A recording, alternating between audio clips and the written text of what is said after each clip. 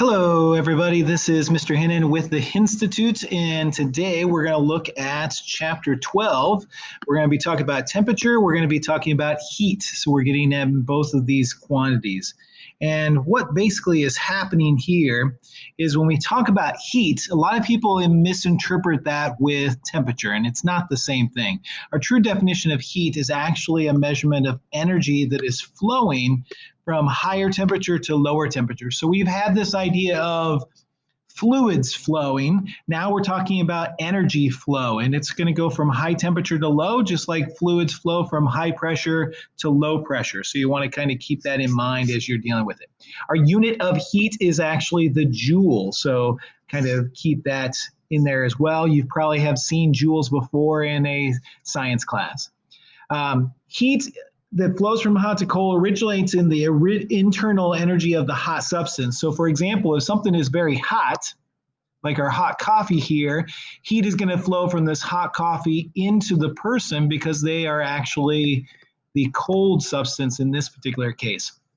Whereas if you have a glass of ice water, then heat is going to go, you are now the hot substance and it is now the cold, and you are going to have heat flowing in that particular direction. So just kind of keep that in mind as you're actually dealing with it. It is not actually correct to say that a substance contains heat. It can contain internal energy, but we don't actually contain heat. Heat is actually the flow of this energy. So our first major equation is what I sometimes refer to as the MCAT equation. It looks like M times C and then the delta T. It kind of makes it look like the word cat. So MCAT equation. If you've had chemistry and you've dealt with the idea of specific heat capacity and temperature and heat, you have seen this particular equation. So it's nothing new. And the idea is Q is actually the quantity of heat. That's why we use a Q for it. So it's the word quantity. Just write that on there. That's our Q. It equals the mass of the object. So M is mass, like we've been using. C is this thing called the specific heat capacity. So the C is coming from the word capacity. And then delta T is actually your change in temperature.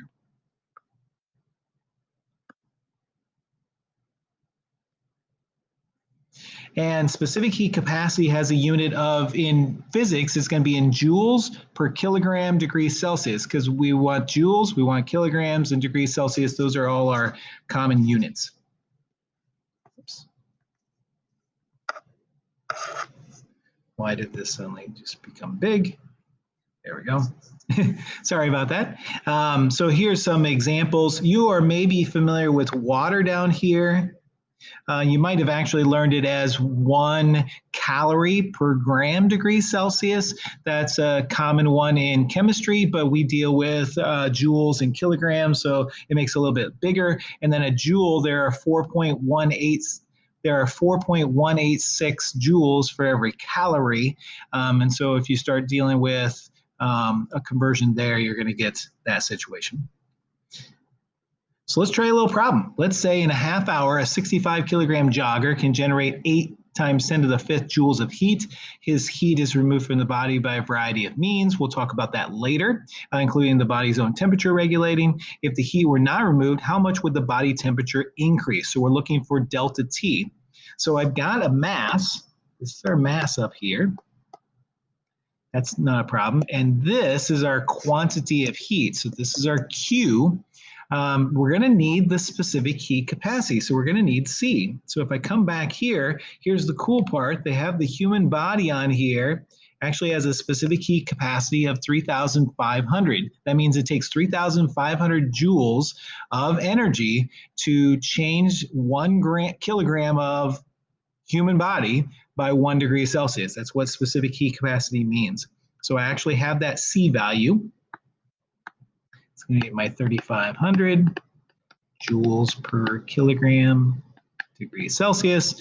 And then all we have to do is try to solve for delta T. So if I rearrange that, we can find delta T down here by taking our heat divided by MC. So I just bring the MC over to the other side. So there's our 800,000 joules divided by 65 times 3,500, and we would find that our body would change by 3.5 degrees Celsius. Now, you're probably not thinking of that as being very much. However, when you start talking about changing the temperature of a person, if you remember that our average kind of temp is 37 degrees Celsius from what we determined with our temperatures and things like that with our thermometers. If you were to change it by 3.5 degrees Celsius, you'd go from 37 up to 40.5.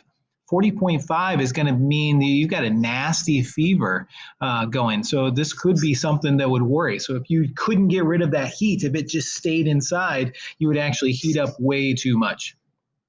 So like I said, we've talked about the idea of specific heat capacity. Some of these conversions are going to be important. You talk about kilocalories, which can be converted into joules, or regular calories. Kilocalorie is the same thing as a food calorie. So when you were actually talking about food, they are measuring in kilocalories. And also, we're going to get into gases a little bit later. And gases also depend on the pressure or the volume being held constant. So we talk about different specific heat capacities